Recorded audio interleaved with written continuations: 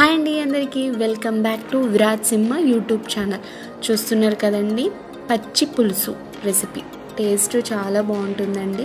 ఇది తెలంగాణ స్టైల్లో పల్లీలతో తయారు చేసిన పచ్చి పులుసును చాలా రకాలుగా కూడా చేయొచ్చండి.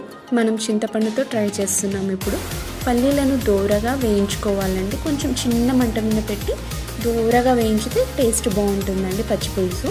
అవి దూరగా వేయించి పక్కన పెట్టేసేయండి. కొద్దిగా చల్లగా అయిన తర్వాత మిక్సీ జాడీలో వేసుకొని దాంట్లో కొంచెం కారము, ఉప్పు రెండు యాడ్ చేయండి. టేస్ట్కి తగినట్టే యాడ్ చేయండి, మళ్ళీ ఎక్కువైపోతే టేస్ట్ బాగుండదు.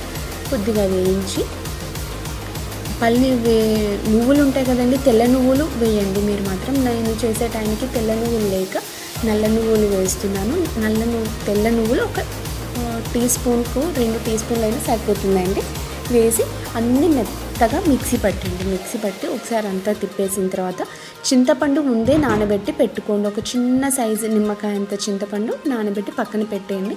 దీంట్లో ఇప్పుడు బెల్లం మెత్తగా ఒక దాంతో కొట్టి మెత్తగా చేసి దాన్ని కూడా మిక్సీలో వేయండి. చేత్తో అయినా అనొచ్చు, ఏం కాదు.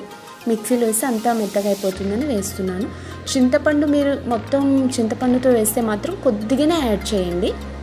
చింతపండు గుజ్జు వేసి చింతపండు పాడేస్తే మాత్రం కొద్దిగా ఎక్కువ యాడ్ చేయండి.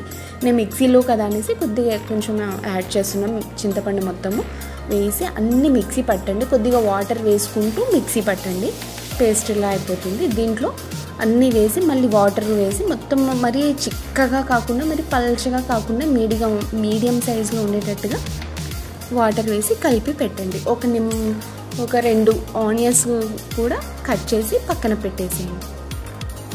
ఇప్పుడు ఒక బౌల్ పెట్టుకొని దాంట్లో నూనె వేసి నూనె హీట్ అయిన తర్వాత ఆవాలు, జీలకర్ర, ఎండుమిరపకాయలు, కరివేపాకు ఇవన్నీ వేసి దోరగా వేయించండి. ఎండుమిరపకాయలు కూడా బాగా వేగితేనే టేస్ట్ ఉంటుంది, స్మెల్ కూడా మంచిగా వస్తుందండి.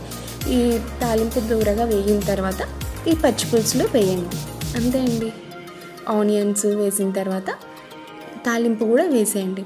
పచ్చి పులుసును మామిడికాయతోనూ చింతకాయతోనూ చాలా రకాలుగా కూడా చేసుకోవచ్చండి. ఇప్పుడు చింతపండుతో మనం చేసింది ఇది కూడా చాలా బాగుంటుందండి. మీరు ట్రై చేయాలనుకుంటే మాత్రం ఇది ఖచ్చితంగా సమ్మర్లో ట్రై చేసి చూడండి, చాలా బాగుంటుంది. నా వీడియో మీకు నచ్చినట్లయితే like, share, subscribe to my channel. Thank you అండి. Thank you for